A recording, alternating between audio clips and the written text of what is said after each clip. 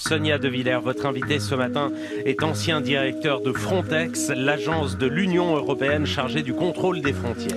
Proposé par Bernard Cazeneuve en 2015, vous êtes un homme de droite, Fabrice Leggeri. Lorsque j'étais haut fonctionnaire, j'avais un devoir de neutralité. Oui. Je crois ne jamais être sorti de mon devoir de neutralité dans l'exercice de mes fonctions. Mais à titre personnel, j'avais évidemment toujours des sensibilités de droite, si, je dirais, être pour l'autorité, l'application de la loi.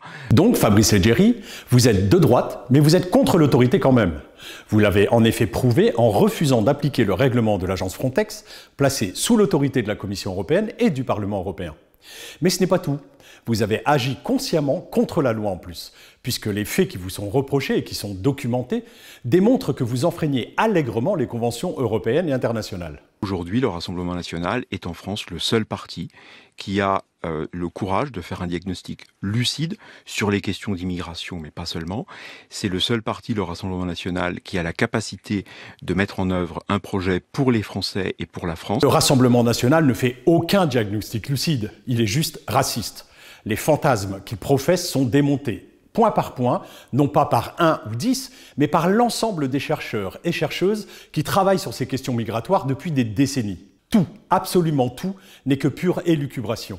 Raz-de-marée migratoire, grand remplacement, invasion, etc., etc. Vous jouez juste avec les peurs, sans aucun fondement. Et c'est comme ça pour tout le reste. Sur les thèmes de l'agriculture, le RN ment. Sur celui de la lutte contre la pauvreté, il ment. Sur celui de la lutte contre la corruption, il ment. Et j'en sais quelque chose en particulier, puisque je viens de faire voter au niveau européen un règlement sur la lutte contre le blanchiment d'argent et le terrorisme, et le représentant du RN, Jean-Claude Garot, n'a assisté à aucune réunion de négociation. Aucune. Pire, ce groupe d'extrême droite a voté contre ce rapport qui a pour vocation d'aller chercher tout l'argent sale en Europe avec une efficacité assez redoutable. Bref, le Rassemblement national n'a aucun projet pour les Françaises et les Français, il n'a de projet que pour lui et ses proches, ne nous y trompons pas. Mon attitude, en particulier lorsque j'exerçais les fonctions de directeur de Frontex, était de parler à tous les responsables politiques français et ailleurs en Europe qui souhaitaient que je leur explique mes fonctions. Et donc des liens se sont tissés avec les uns et les autres, des discussions politiques avec les uns et les autres. Mais mon choix pour le Rassemblement national, outre le fait que c'est le seul parti en France qui aujourd'hui et demain a la capacité de gouverner la France, c'est aussi le seul parti qui, par exemple au Parlement européen, se trouve dans l'opposition à l'Europe de Madame von der Leyen, qui est l'Europe du président Macron. Parce que, en réalité, ce que j'ai vu dans mes fonctions européennes est trop grave et m'oblige à intervenir en politique et à m'engager. Moi aussi, ce que j'ai vu et continue de voir en Europe, comme en France, est grave en matière de droits humains. C'est tout l'objet de mon engagement politique depuis de nombreuses années. Et c'est en partie à cause du comportement de personnes comme Fabrice Leggeri que nous en sommes là. Dans quelle opposition est exactement le Rassemblement national au Parlement européen, comme en France d'ailleurs ? Von der Leyen, comme Macron en France, ne cesse de mettre en œuvre les programmes de l'extrême droite. On l'a vu avec les adoptions de la loi immigration en France, où Darmanin s'est transformé en VRP du RN, et du pacte asile-migration au Parlement européen. Une députée macroniste s'est même offusquée que l'extrême droite ne le vote pas, alors que tout ce qu'elle demandait était dedans. Comment expliquez-vous que le RN ait voté contre toutes les augmentations de budget que vous avez demandées pour Frontex ces dernières années ? Toutes. Vous avez décuplé les effectifs, vous avez armé les agents. Le RN s'y est opposé et maintenant vous allez travailler main dans la main ?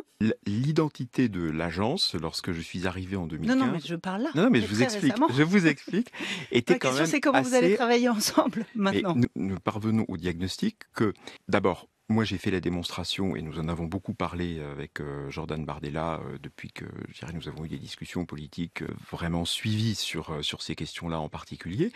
Et le Rassemblement national a pu mesurer, à partir de ces discussions, dans les 2 dernières années, je vais dire, que à sa tête, lorsque j'étais directeur de Frontex, il y avait quelqu'un qui voulait vraiment prendre au mot le mandat et aider à contrôler les frontières au service des États. Non, monsieur Leggeri. Le RN n'a jamais changé son point de vue sur Frontex, pas même ces 2 dernières années, comme vous l'affirmez, car il a encore voté contre les décharges de Frontex, c'est-à-dire le rapport d'activité de l'agence, en 2022 et 2023. Votre arrivée sur la liste du Rassemblement national est juste une petite manœuvre politicienne de la part du RN, Et aussi un reclassement professionnel pour vous, car le souvenir que vous avez laissé en tant que haut fonctionnaire à Frontex vous a certainement fermé quelques portes. Ce que vous dites aujourd'hui, Fabrice Leggeri, qui en a été empêché, vous dites que vous avez démissionné en avril 2022 face aux pressions pour vous empêcher d'exercer votre mission. Vous seriez donc victime d'une cabale politique ? Ça n'est pas parce que Fabrice Leggeri ne pouvait pas faire respecter le droit qu'il a démissionné. C'est parce qu'il n'appliquait pas le droit qu'il aurait dû être licencié et qu'il a préféré démissionner avant pour échapper à cette sanction inéluctable. Je dirais qu'il y a une instrumentalisation politique d'un certain nombre d'attaques. Je crois que lesquelles ?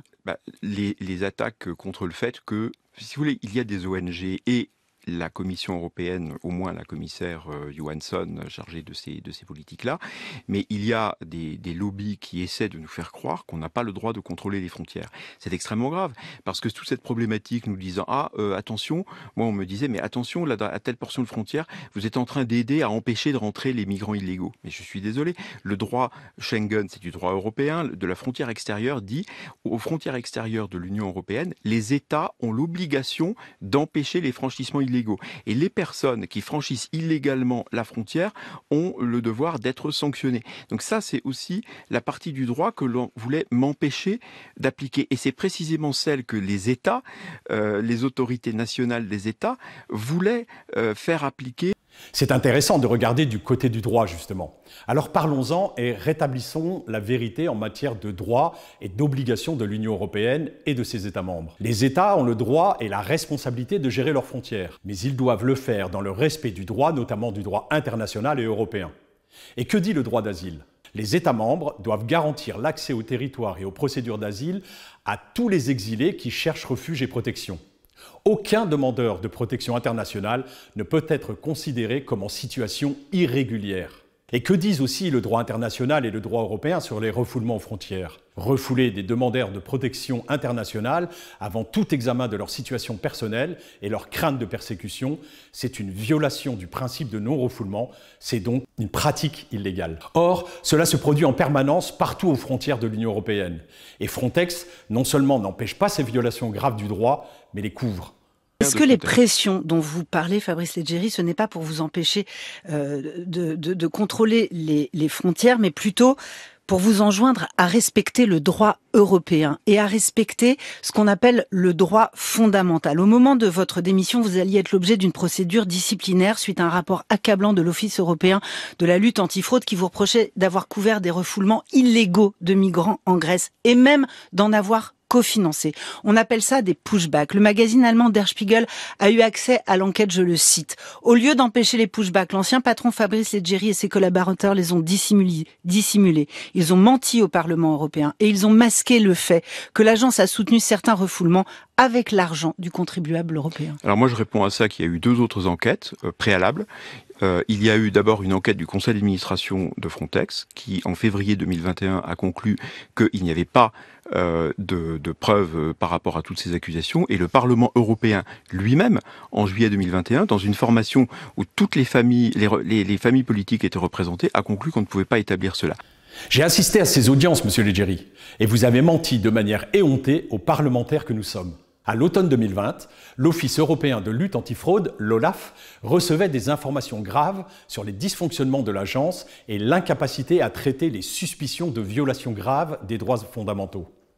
L'OLAF préviendra la Commission européenne et l'enquête sera finalisée avec le rapport de 2022.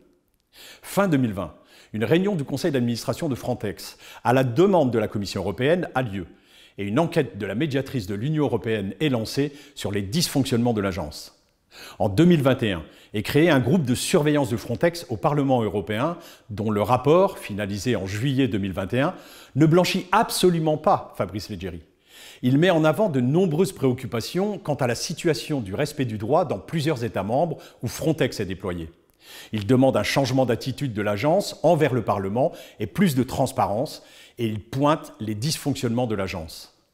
En 2021, si le conseil d'administration de Frontex a classé 8 incidents sur 13 comme n'impliquant aucun refoulement illégal, il dit que les 5 autres cas ne montrent, ouvrez les guillemets, pas assez de preuves pour statuer sans doute raisonnable, fermez les guillemets. On est bien loin d'un abandon de toutes les charges. Et le rapport de l'OLAF l'année suivante confirmera l'égalité de ces cas de refoulement. En 2021, un rapport de la Cour des comptes de l'Union européenne remet en cause le « pas assez de preuves pour statuer sans doute raisonnable de l'efficacité de l'action de Frontex et le non-respect de son mandat ». De plus, le rapport de la médiatrice de l'Union européenne met en avant les dysfonctionnements de l'agence en termes de protection du respect des droits fondamentaux. Les preuves sont arrivées avec l'accès du Parlement au rapport de l'OLAF en 2022, preuve accablante pour Fabrice Leggeri. Ce rapport demande l'engagement de procédures disciplinaires à son égard. Monsieur Leggeri a donc démissionné uniquement pour éviter de subir cette procédure disciplinaire. En décembre 2023, le Parlement a adopté une résolution clôturant son travail de surveillance des activités de Frontex. Il rappelle les préoccupations concernant le respect des droits fondamentaux et le manque de transparence avec le Parlement. À noter qu'à ce même moment, le Parlement n'avait pas été informé lors des auditions des candidats à la direction de Frontex pour succéder à M. Leggeri que l'une des candidates proposées par la Commission, qui était déjà membre du conseil d'administration de Frontex sous Leggeri, était elle aussi visée par une enquête toujours en cours de l'OLAF. Voilà les véritables faits. Et ce ne sont pas des associations, des politiques ou des activistes qui sont arrivés à ces conclusions. Ce sont les instances officielles des institutions européennes qu'on ne peut pas vraiment qualifier de gauchistes. C'est quand même un rapport très dur à votre... C'est une instrumentalisation politique et je rappellerai que précisément vous accréditez l'idée qu'on ne peut pas contrôler les frontières parce que toute cette théorie sur les pushbacks, on ne va pas faire un cours de droit ici, mais si vous m'invitez une autre fois, on pourra vous expliquer ce que sont des interceptions maritimes. Donc ça c'est le premier point. Ce rapport est effectivement accablant. On parle quand même de l'agence antifraude de l'Union européenne qui conclut en demandant l'ouverture d'une procédure disciplinaire à l'encontre de Leggeri en raison d'irrégularités dans le traitement et la transmission de rapports de violation grave des droits fondamentaux et de la demande expresse des plus hauts dirigeants, dont Louis, de cacher des informations aux responsables des droits fondamentaux de l'agence. Voici des exemples de messages cités dans le rapport sur les refoulements, la manière dont le droit international et le responsable des droits fondamentaux de l'agence sont traités sous Leggeri. Je précise que ces messages ont été extraits de son téléphone et de son ordinateur durant l'enquête. Sur WhatsApp, message du 25 novembre 2020. Ouvrez les guillemets, le soi-disant refoulement n'existe pas et ne peut être jugé sur des critères objectifs, fermez les guillemets. Email de 2018. La boucle, ouvrez les guillemets, la boucle sera bouclée avec une tirade sur le législateur qui fait de Frontex un passeur taxi légal, avec un smiley sourire. Je pense à mettre un truc pour réduire la voilure de l'officier des droits fondamentaux et tutti quanti, le forum consultatif, autre smiley souriant. Fermez les guillemets. Ou encore, il ne reste plus qu'à entériner que X est le premier X de Frontex qui rapporte tout aux ONG et faire régner une terreur mer rouge dans l'agence. Ou encore, ouvrez les guillemets, gardez à l'esprit que les X sont des gauchistes et qu'ils ne parlent de toute façon entre eux, comme les ONG ou le forum consultatif, fermez les guillemets. Enfin, ouvrez les guillemets, les officiers des droits fondamentaux ont un droit d'accès à toutes les informations, mais cela ne signifie pas que nous donnons toutes les informations, fermez les guillemets. Fabrice Leggeri parle de cours de droit. C'est en effet très intéressant. Dommage de repousser cela à une prochaine fois. Je vous propose d'évoquer tout de suite donc le droit d'asile, le droit maritime et les droits fondamentaux, car c'est très instructif. Que dit le droit sur les refoulements illégaux ? Tous les exilés doivent pouvoir avoir accès à la procédure de demande d'asile et de protection internationale, à la protection contre les refoulements et expulsions collectives vers des pays où ils risquent des persécutions. Parmi ces textes, il n'y a notamment pas moins que la Convention de Genève de 1951 relative au statut de réfugié, mais aussi la Charte des droits fondamentaux de l'Union européenne et enfin la Convention européenne des droits de l'homme, excusez du peu. L'article 33, paragraphe 1 de la Convention de Genève, M. Leggeri, porte sur le principe de non-refoulement. Il dit « Aucun des États contractants n'expulsera ou ne refoulera de quelque manière que ce soit un réfugié sur les frontières des territoires où sa vie ou sa liberté serait menacée en raison de sa race, de sa religion, de sa nationalité, de son appartenance à un certain groupe social ou de ses opinions politiques. » Que dit le droit sur les obligations des États en matière de secours en mer et l'obligation de porter assistance en urgence aux personnes en détresse en mer ? La Convention des Nations Unies sur le droit de la mer de 1982, comme un règlement de l'Union européenne de 2014 ou encore d'autres instruments relatifs au secours en mer, impose aux États ce devoir d'assistance, quel que soit le statut ou la nationalité des personnes secourues. Le droit international oblige les États à débarquer les personnes secourues en mer dans un lieu où leur vie et leur sécurité n'est plus menacée et où l'accès effectif aux besoins fondamentaux est assuré. Ces obligations pèsent sur les États membres et sur l'agence Frontex quand elle coopère avec eux dans des actions de surveillance des frontières. C'est prévu par le traité de fonctionnement de l'Union européenne et le règlement de Frontex.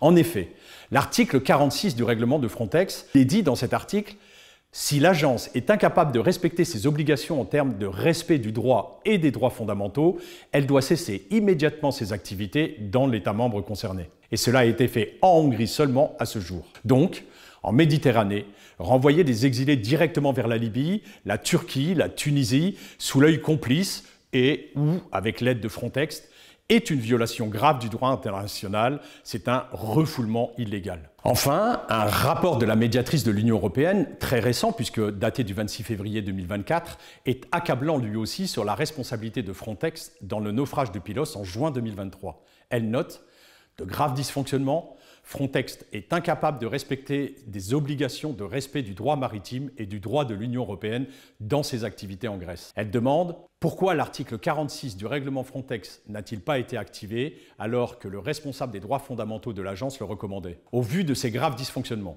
la médiatrice demande au Parlement européen, au Conseil et à la Commission européenne de mettre en place une commission d'enquête indépendante pour enquêter sur les raisons pour lesquelles il y a tant de drames et d'essais en Méditerranée. Même s'il n'était plus en fonction au moment de ce drame, ces dysfonctionnements sont l'héritage de tout le mauvais management de Fabrice Leggeri. Et avant cela, de nombreux scandales, des décisions des cours européennes, dont la Cour européenne des droits de l'homme, qui condamnent les refoulements illégaux en mer. Le deuxième point, il est faux de dire que je n'ai pas coopéré avec les moniteurs des droits fondamentaux et pour les droits fondamentaux. J'ai même signé avec l'Agence européenne des droits fondamentaux en présence du commissaire Reynders, le commissaire européen Reynders chargé de la tutelle politique de l'Agence des droits fondamentaux. Nous avons signé un accord en juin 2020 afin d'aider l'agence Frontex à pouvoir s'assurer qu'il y aurait le respect d'un certain nombre de principes. Ce qui n'était pas possible pour des raisons que je pourrais vous expliquer une autre fois, c'était de recruter aussi rapidement tous ces moniteurs des droits fondamentaux qui, encore une fois, sont des militants à l'intérieur de l'agence. Et je crois que si vraiment l'Union européenne veut de la maturité politique et de la responsabilité politique, il faut arrêter de mettre des militants au sein des agences qui sont chargées de garder les frontières. Le règlement de l'Union européenne numéro 1168 de 2011 du Parlement européen et du Conseil du 25 octobre 2011, modifiant le règlement de la Commission européenne numéro 2007-2004 du Conseil portant création d'une agence européenne pour la gestion de la coopération opérationnelle aux frontières extérieures des États membres de l'Union européenne, l'agence Frontex, requiert que l'agence garantisse le plein respect des droits fondamentaux et des droits des migrants, des réfugiés et des demandeurs d'asile. Frontex, comme toute autre institution ou tout autre organe ou organisme de l'Union, doit se conformer dans ses activités à la Charte des droits fondamentaux.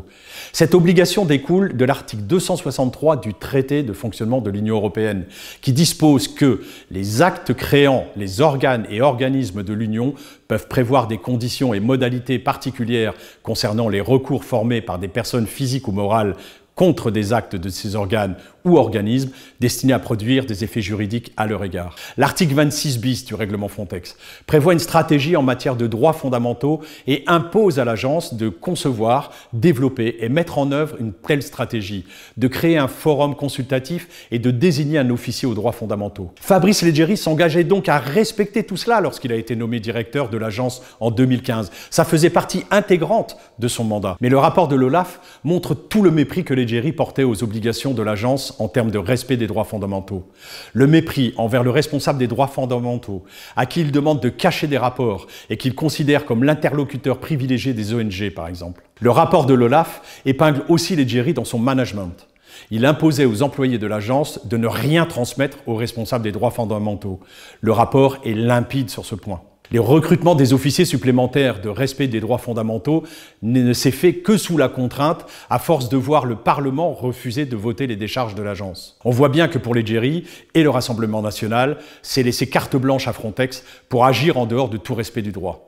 D'ailleurs, Le Rassemblement national a voté contre la résolution Frontex du Parlement en décembre dernier qui demande à l'agence de mener ses activités de protection des frontières dans le respect des droits fondamentaux et du droit de l'Union européenne. Le Rassemblement national a aussi voté contre l'avis de la Commission des libertés civiles sur la décharge Frontex en janvier 2024 qui se félicite du recrutement, enfin, mais tardif, des officiers de surveillance du respect des droits fondamentaux et qui demande à l'agence de se conformer aux recommandations et demandes du Parlement, de la médiatrice européenne et de l'OLAF en termes de gestion de l'agence et du respect du droit, en premier lieu des défenseurs des droits. En tout cas, monsieur Leggeri, soyez certain que ceux que vous appelez des militants des droits humains, dont je suis, seront toujours en travers de votre route afin que le droit soit respecté. Jamais nous ne vous laisserons dire et faire n'importe quoi. Vous et vos petits nouveaux camarades ne parviendrez jamais à imposer votre société raciste, votre société d'exclusion, prenant la préférence nationale, la discrimination, en jouant sur des fantasmes.